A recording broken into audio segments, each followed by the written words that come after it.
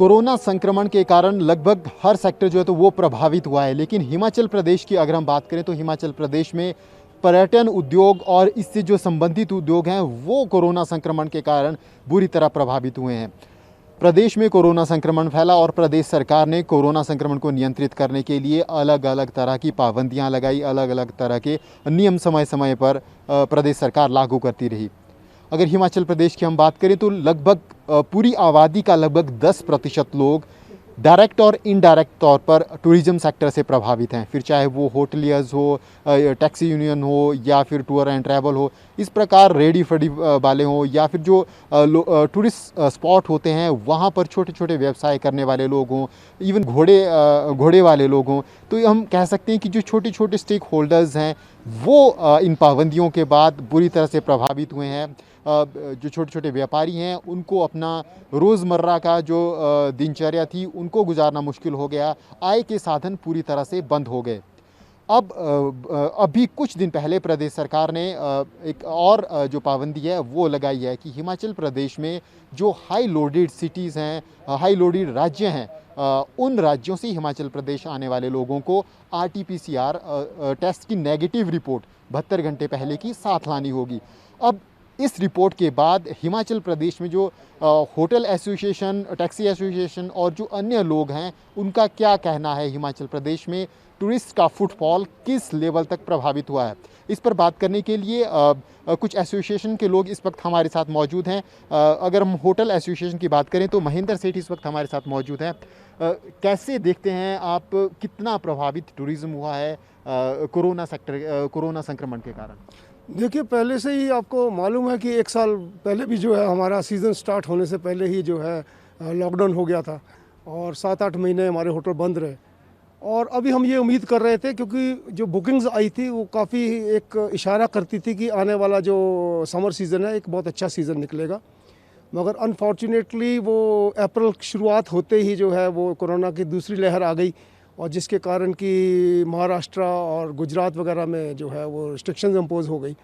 और मैं आपको एक बताना चाहूँगा कि हमारा जो हिमाचल का पर्यटन जो है वो अप्रैल और मार्च के महीने में पर्टिकुलरली जो है वो सारा जो दारोमदार होता है वो होता है गुजरात और महाराष्ट्र पे। वहाँ से सबसे पहले टूरिस्ट आना शुरू करता है और उससे हमारी जो है ऑक्यूपेंसी लेवल्स बढ़ जाते हैं। मतलब जो टूरिस्ट आते हैं वो इन जो हाई लोडेड स्टेट्स सरकार ने अभी डिक्लेयर किए हैं उनसे मैक्सिमम टूरिस्ट हिमाचल प्रदेश इस सीज़न में आते हैं, आपका कहने का मतलब? मार्च और अप्रैल के महीने में गुजरात और महाराष्ट्र से आने शुरू होते हैं। उसके बाद हमारा जो वीकेंड टूरिज़्म है वो जो अभी नेबरिंग स्टेट्स जैसे पंजाब, राजस्थान और ये जो जहाँ पर जो अभी ये कहा गया है कि नेगेटिव रिपोर्ट ला के आने के लिए, तो हमारा जो वीकेंड टूरिज़्म है वो भी प्रभावित हो गया है। क्योंकि हमारा जो अप्रैल, मई, जून जो 3 महीने हैं हमारे लिए बहुत एक इम्पॉर्टेंट समय होता है क्योंकि समर सीज़न में ये है जो हम अपना 65% के करीब का जो टोटल रेवेन्यू हमको रिक्वायर्ड होता है वो उसको हम अर्जित करते हैं। मतलब पूरी साल के टूरिज़्म का 65% रेवेन्यू इन्हीं आने वाले 2 या 3 महीनों में हम अर्जित कर पाते हैं। अप्रॉक्सीमेटली 65% के करीब हम इसी कारण कर पाते हैं क्योंकि गर्मियों की छुट्टियों में लोग इधर का रुख करते हैं और ज़्यादा लोग टूरिस्ट आते हैं और इससे जो है हमारा रेवेन्यू जो है बहुत ज़्यादा मिलता है हमको इससे। जो सरकार ने अभी पिछले कल से जो इम्प्लीमेंट करने के लिए कहा है, जो नोटिफिकेशन निकाली है, उसके बाद क्या कुछ प्रभावित हुआ है या फिर अभी कंटिन्यू है? जो हालांकि कोरोना संक्रमण के कारण पिछले 1 साल से आप लोग झेल रहे हैं, नुकसान झेल रहे हैं, लेकिन इस नोटिफिकेशन से कुछ फ़र्क पड़ा है? देखिए, इस नोटिफिकेशन का ये फ़र्क पड़ा है कि जो ऑक्यूपेंसी लेवल है 0 चली गई है, जो इनफ्लो ऑफ टूरिस्ट ख़त्म हो गया है। कोई गिना चुना कोई लोग यहाँ पर जो है आ रहे हैं और उससे जो है होटल इंडस्ट्री और हमारे जितने भी टूरिज़्म सेक्टर हैं, चाहे वो होटल हो, चाहे टैक्सी वाला हों, चाहे वो टूर ऑपरेटर्स हों, चाहे वो हमारे वाटर स्पोर्ट्स, एडवेंचर स्पोर्ट्स वाले, सब लोगों को इसका प्रभाव पड़ा है और ये बहुत एक चिंता का विषय बन गया है। और हमें जो है 1 साल से पहले ही जो हम कोरोना की मार झेलते आ रहे हैं, हमारे जो जितने भी पर्यटन से जुड़े हुए उद्यमी हैं उनकी जो आर्थिक स्थिति है वो बहुत दयनीय हो चुकी है। और हमारी सरकार ने कोशिश की थी कि एक इंटरेस्ट सबवेंशन स्कीम के अंतर्गत हमारी मदद की जाए, मगर बैंकों ने उसको लागू नहीं किया, जिसके कारण कि किसी भी सारे प्रदेश के अंदर किसी भी पर्यटन इकाई को या किसी पर्यटन से जुड़े व्यवसायी को उसका लाभ नहीं मिल पाया। मतलब आप कह रहे हैं घोषणाएं जो राहत की पैकेज घोषणाएं की गई थी केंद्र सरकार की तरफ से, प्रदेश सरकार की तरफ से, वो कागजों तक ही सिमटा रह गया और जो एक्चुअल लाभ आप लोगों को मिलना चाहिए था वो नहीं मिल पाया। देखिए, सरकार ने तो कोशिश की, मगर इसमें दो चीज़ें होती हैं, एक सरकार की नोटिफिकेशन है, दूसरा आरबीआई और आपका जो finance ministry of government of India involve होती है। तो इन्होंने प्रयास किया, ऐसी बात नहीं है कि उन्होंने प्रयास नहीं किया, मगर वो सिरे नहीं चढ़ा और उसका कारण होता गया कि जो हमारी इंडस्ट्री की जो हालात हैं, जो आर्थिक स्थिति है, वो बिगड़ती चली गई। और अभी जैसे हमने आपको बताया कि बुकिंग शुरू हुई तो हमारे जितने भी टूरिज्म यूनिट्स थे उन्होंने दोबारा से जो हमारी एनुअल मेंटेनेंस होती है उसको किया कि ताकि आने वाले समय में पर्यटकों को वेलकम किया जा सके, अच्छी तरह से उनको सुविधा दी जा सके। पर अनफॉर्चुनेटली जो हमारे पास पैसा बचा था वो भी हमने होटलों पे लगा दिया और अब स्थिति हमारी ये बन चुकी है कि हम जो है डेली के जो हमारे एक्सपेंडिचर हैं उसको भी निकालने में सक्षम नहीं रह गए। जी बिल्कुल। आपके पास आना चाहूँगा मैं, एडवाइज़र आप हैं, कैसे देखते हैं शुरू से अगर हम बात करें जब से कोरोना संक्रमण हुआ है अभी तक सरकार के रोल को और आपके टूरिज्म सेक्टर को कितने लेवल तक प्रभावित हुआ है और फ्यूचर कैसे देखते हैं आप? सर, हमारा तो सेक्टर जो है टूरिज़्म का सारा टूरिस्ट के ऊपर डिपेंड करता है। जो सीजनल है, जो कि अप्रैल मई जून में हमारे पास आता है, वो तो ख़त्म हो गया। वो पिछले साल भी ख़त्म हो गया था, इस साल भी ख़त्म हो गया और आगे आने वाले टाइम में जो सरकार इसके ऊपर कोई डिसीज़न नहीं लेती बहुत जल्द, तो ये सब ख़त्म हो जाएगा और हम नहीं, ऐसा नहीं लगता कि हम स्टाफ को और जो बाकी खर्चे उनको पूरा कर पाएंगे। जी बिल्कुल, स्टाफ की बड़ी इंपॉर्टेंट बात आपने कही क्योंकि एक स्टाफ रखा होता है उसको कंटिन्यू भी करना होता है, तो उनकी सैलरीज और ड्यूज़ कैसे करते हैं? क्या स्टाफ की भी फिर स्क्रूटनी की कोशिश की जाती है? कैसे इन चीज़ों को मैनेज करते हैं? वैसे ये तो अब हमको देखना ही पड़ेगा जी, स्टाफ की स्क्रूटनी भी करनी पड़ेगी क्यों हम सैलरीज को कब तक अपने हाथ अपनी जेब से देते रहेंगे। अब कस्टमर ख़त्म हो गया, काम ख़त्म हो गया, बैंक्वेटिंग ख़त्म हो गई है और सब कुछ ख़त्म होने के कारण स्टाफ को वापस भेजना पड़ेगा और स्टाफ को कोशिश कर रहे हैं कि कैसे मैनेज करें, हमारे को खुद ही समझ नहीं आ रहा है।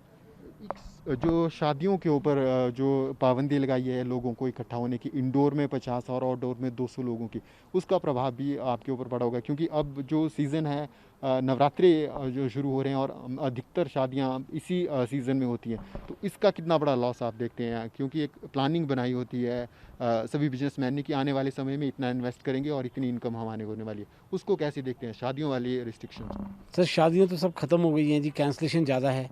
कोई जिनकी शादियाँ 200 आदमी की थी वो 50 आदमी की, या तो शादी करना नहीं चाहता है या वो वेन्यू चेंज करने जाते हैं क्योंकि वेन्यू, हमारे वेन्यूज़ बड़े होने के कारण उनको खर्चे में पूरा, उनको पड़ते में नहीं आते, इसलिए वो वेन्यू चेंज कर देते हैं या वो बोलते हैं कि हम लोगों को शादी करनी ही नहीं है इस टाइम के अंदर, इट विल बी इसके बाद करेंगे या हम करेंगे ही नहीं अभी।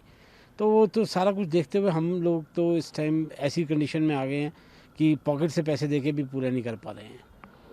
लोन की या जो और तमाम कोशिशें हैं, क्या वो अब आपको लग रहा है वो चीज़ें इजीली अवेलेबल हो रही हैं? क्योंकि बिजनेस में लोन एक बड़ा इंपॉर्टेंट रोल प्ले करता है, तो जो सरकार की तरफ से स्कीम्स हैं उनका कुछ बेनिफिट्स हो रहा है या कुछ जो सुविधाएं सरकार की तरफ से क्या वो मिल पा रही हैं? सुविधाएं सरकार तो देना चाह रही है जी। बैंक के पास हम जाते हैं तो बैंक हमको बोलते हैं कि आप ये चीज़ें लेकर आओ, जो कागज़ कभी पूरा करना मुश्किल हो जाता है। तो मैं नहीं समझता कि हम लोगों को ज़्यादा बैंक से अभी इस टाइम के अंदर कोई बहुत ज़्यादा मदद मिल पाएगी और बैंक भी हमारे फाइनेंशियल देख के हमारे को पैसे देते हैं। हमारे फाइनेंशियल ही नहीं है पिछले 1-1.5-2 साल से, तो वो हमारे को क्या लोनिंग क्या करेंगे वो हमारे को। तो आई डोंट थिंक कि जी बैंक्स वगैरह हमारी हेल्प कर पाएंगे इस टाइम के अंदर। फ्यूचर कैसे देखते हैं अब आने वाले समय में आपके हिसाब से? क्या कुछ कदम सरकार को उठाने चाहिए ताकि कोरोना संक्रमण को भी नियंत्रित किया जा सके और जो बिजनेस आपका है वो भी एक लंबे समय तक प्रभावित नहीं हो सके? हालांकि नुकसान हर वर्ग को उठाना पड़ रहा है कोरोना संक्रमण के कारण, लेकिन कम से कम नुकसान हो, ऐसी क्या कुछ एडवाइस आप प्रदेश सरकार को देना चाहेंगे? देखिए, हम सरकार के साथ हमेशा खड़े रहे। पहले भी जब पिछले वर्ष लॉकडाउन हुआ तब भी हमने सबसे पहले अपने होटल्स और पर्यटक इकाइयों को बंद कर दिया था in the interest of public, और सबसे बाद हमने हमारी इकाइयों को खोलने की अनुमति मिली थी और जिसके चलते अभी थोड़ा सा कुछ हमारा पर्यटक जो है पटड़ी पे आने लगा था। परंतु अब जो दोबारा ये स्थिति बन गई है, अभी भी आज भी हम सरकार के साथ खड़े हैं, मगर परंतु हमें एक जरूर करने की आवश्यकता है सरकार को कि जो ये इंटरेस्ट सबवेंशन स्कीम है, इसके अंदर अपने जो प्रदेश के जो बैंक हैं इनके माध्यम से जो है सबको वर्किंग कैपिटल दिया जाए ताकि वो सस्टेन कर सकें। और इससे ऊपर जो बात मैंने आपको पहले भी बताया कि साउथ इंडिया के अंदर या गोवा के अंदर जो है वो उनका विंटर सीज़न ही मेन सीज़न होता है, हमारा विंटर सीज़न नहीं होता है। तो मैं माननीय मुख्यमंत्री से ये भी आग्रह करूँगा कि वो केंद्र सरकार से एक मांग उठाएँ और एक स्पेशल पैकेज फॉर हिमाचल लेकर आएँ, जिसके अंतर्गत जो हमारे पर्यटन उद्योग के जो उद्यमी हैं जैसे होटल्स हैं उनको जो है पानी और बिजली और गार्बेज फीस और प्रॉपर्टी टैक्स वगैरह जो है रियायती दामों पे दिया जा सके, और जो निगम को उसका नुकसान हो उसकी भरपाई उस पैकेज के माध्यम से जो फंड्स आए उससे किया जाए। और सेकेंडली जो ऋण जो हमको दिए जाए, जो हमने कई देखिए आप पर्यटन इकाइयाँ जितनी भी बनती हैं और ऋण के माध्यम से ही बनती हैं, और आज की स्थिति में हमें ऋण के ब्याज देना और उसकी जो किस्तें देना बहुत मुश्किल हो गया है। हम ये कहते हैं कि जो अगर सरकार को केंद्र सरकार से ये मांग करनी चाहिए और एक स्पेशल पैकेज लाना चाहिए जिसके अंतर्गत जो बैंकों को लॉस इंटरेस्ट का होगा या कुछ होगा उसकी भरपाई भी जो है सरकार उस फंड से कर सके। और अब जो समय है हमें जो इसको दोबारा से रिवाइव करने के लिए बहुत मास पब्लिसिटी की आवश्यकता होगी, तो इसके लिए भी वो जो एक पैकेज लाया जाए उससे माध्यम से इसको किया जाए। मैं यही समझता हूँ इसी तरह से अब इसको दोबारा से उभारा जाता, नहीं तो हमारा टूरिज्म जो हिमाचल का वो ख़त्म होने के कगार पे। जी बिल्कुल, आपका सीधी मांग यही रहेगी कि जो इनिशियल जो सर्विसेज होती हैं वो सरकार की तरफ से रियायत मिले, और बिजनेस को बढ़ाने के लिए फंड अगर या ऋण सस्ते दामों पर सरकार उपलब्ध करवाए तो वो हो सके। फर्स्ट एड के लिए तो पहले अपनी सरकार जो हिमाचल सरकार ने जो इंटरेस्ट सबवेंशन स्कीम किया है that is a first aid. पहले तो उसके माध्यम से कैसे भी बैंकों से अपने सहकारी कोऑपरेटिव बैंक साथ के साथ ही जो है सेंट्रल गवर्नमेंट से भी ये एक आग्रह किया जाए कि हमको एक स्पेशल पैकेज दिया जाए, बिकॉज हमारा जो पर्यटन है 2 साल से बिल्कुल ख़त्म हो चुका है, और ये अभी मुझे लगता नहीं है कि ये जो 2 साल आने वाले 2 साल में भी हम इसकी भरपाई कर पाएंगे या ये जो हमारा पर्यटन है ये दोबारा ट्रैक पे आ पाएगा ताकि आत्मनिर्भर हो पाए दोबारा जो पर्यटन उद्योग से जुड़े लोग। अभी स्टेटस क्या है वर्तमान में, अगर आज की हम बात करें तो कितनी बुकिंग है अभी फिलहाल? अभी तो बुकिंग 100% कैंसिल हो चुकी है। मैं आपको बता रहा हूँ कि बुकिंग आई थी उसी को मद्देनजर रखते हुए होटल वालों ने दोबारा से स्टाफ को भी वापस बुला लिया और जो अपना होटल की जो एनुअल मेंटेनेंस है उसको भी करवाना शुरू कर दिया। मगर अनफॉर्चुनेटली ये दोबारा जस्ट शुरू होने से ही पहले ये दोबारा से जो कोरोना की आ गई है वो हमारे लिए एक बहुत बड़ा एक नुकसान की बात है। जी बिल्कुल।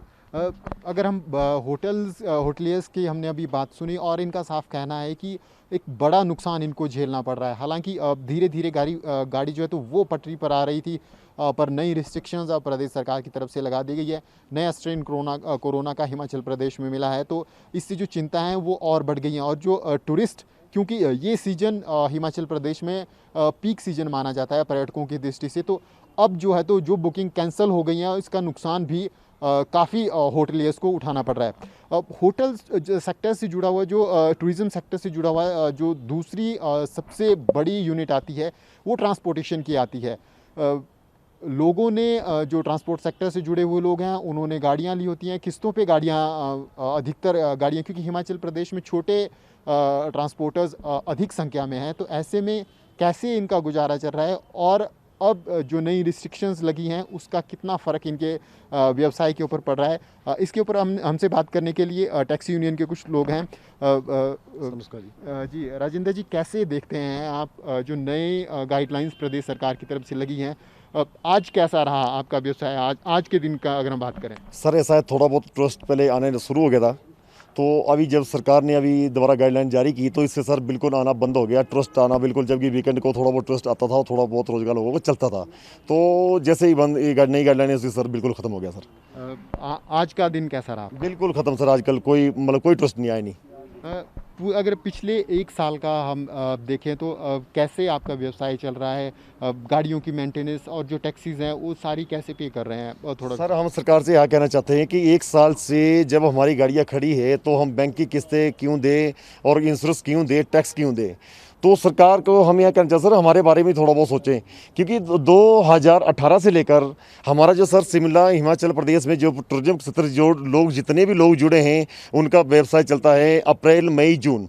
तो अप्रैल मई जून का जो काम चलता सर उसका 2018 में शिमला का जो सीजन पीटा था वो पीटा था पानी की वजह से, हाहाकार मच गई थी उसमें कि शिमला में पानी नहीं है। और 2019 में जो सीजन पीटा वो पीटा सेंटर के इलेक्शन की वजह से, और 2020 कोरोना और 2021 कोरोना आ गया सर। तो हम सरकार से यह कहना चाहते हैं कि हम जितने भी टूरिज्म इंडस्ट्री से लोग जुड़े हैं उनके लिए कोई ना कोई राहत पैकेज दिया जाए। और हमारे लोगों की इतनी बुरी हालत हो चुकी है कि गाड़ियाँ खड़ी करके, मतलब बैंक वाले गाड़ियाँ बोलते गाड़ियाँ उठा देंगे, और टैक्स वाले कंप्यूटर बोलते जो आरटीओ में बोलते कंप्यूटर उठाते हैं, टैक्स जमा करिए जी। तो जब 1 साल से गाड़ियाँ खड़ी तो किस चीज़ की इंश्योरेंस, किस चीज़ का टैक्स, किस चीज़ की किस्तें दें? तो सरकार का ये बहुत चिंता का विषय है कि सरकार को हमारे बारे में सोचना चाहिए, और हम भी सरकार के लोग हैं। नहीं तो अगर सरकार को अगर ऐसा ही रवैया रहा तो आने वाले समय में इलेक्शन नज़दीक आ गए तो सरकार को इसका बहुत ज़्यादा नुकसान उठाना पड़ेगा। और जितने भी अभी सेंटर सरकार ने 20,000 करोड़ पैकेज, राहत पैकेज दिया, तो हम बोलते हैं कि तो वो कहाँ गया? हम लोगों को भी देना चाहिए था। टूरिज्म क्षेत्र से जितने भी लोग जुड़े हैं, तो हमने को 3-4 साल से कोई काम धंधा नहीं किया नहीं, तो हम हमारे बारे में सरकार ने अभी तक यही नहीं पूछा कि आप लोग क्या दिक्कत है। केंद्र सरकार की तरफ से घोषणाएं की गई थी, अलग अलग स्कीमों के तहत जो ऋण था वो पर्यटन व्यवसाय के से जुड़े लोगों के लिए भी उपलब्ध करवाने की कोशिश की गई थी। तो आपको इन सुविधाओं का, इन योजनाओं के कितना लाभ आप लोगों को मिल सका, कितना लोन आप लोगों सर, हमारे को अभी जो लोन की बात की गई थी वो सिर्फ अखबार और पेपरों में ही है। हमारे को किसी बैंक वाले ने ये नहीं बोला कि आपको लोन, हमने सरकार से डिमांड की थी कि जितने भी टूरिज्म क्षेत्र से जुड़े लोग हैं इनको 4-5 लाख रुपए लोन दिया जाए विदाउट इंटरेस्ट, 2 साल तक, 3 साल तक, जब तक काम नहीं चलता नहीं। जब स्थिति ठीक आ जाएगी तो हम पैसा देने को तैयार है बैंक को। तो वो तो लोन देने की दूर की बात है, जो हमने लोन गाड़ियों पे लिए हुए या होटल वालों ने बेचारा लिए हुए, किसी टूरिज्म क्षेत्र से जुड़े लोगों ने जो लिए हुए, उनको मतलब बैंक कुर्की करने को तैयार हो गया हुआ। तो सरकार से हम ये कहना चाहते हैं सर, हम भी आपके लोग हैं, हम भी आप लोगों को ही सपोर्ट किया है।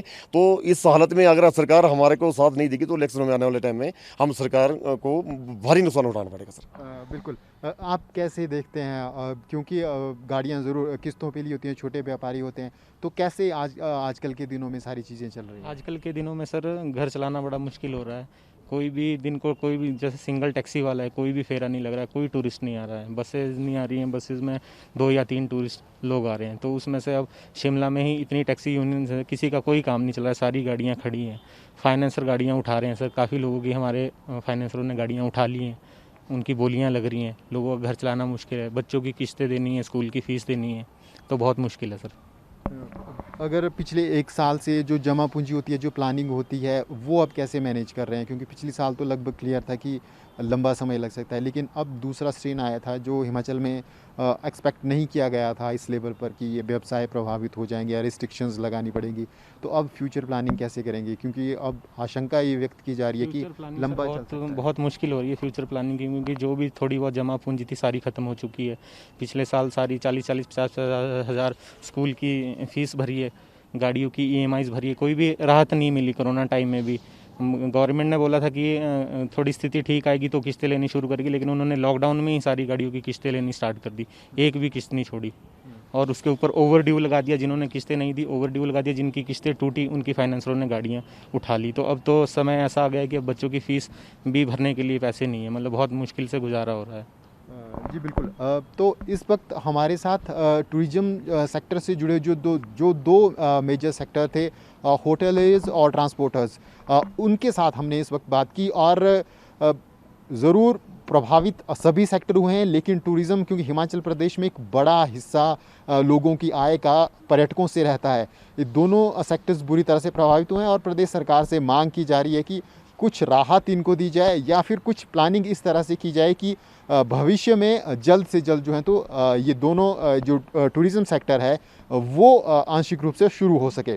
कैमरामैन लकी के साथ राजेंद्र शर्मा, ETV भारत, शिमला।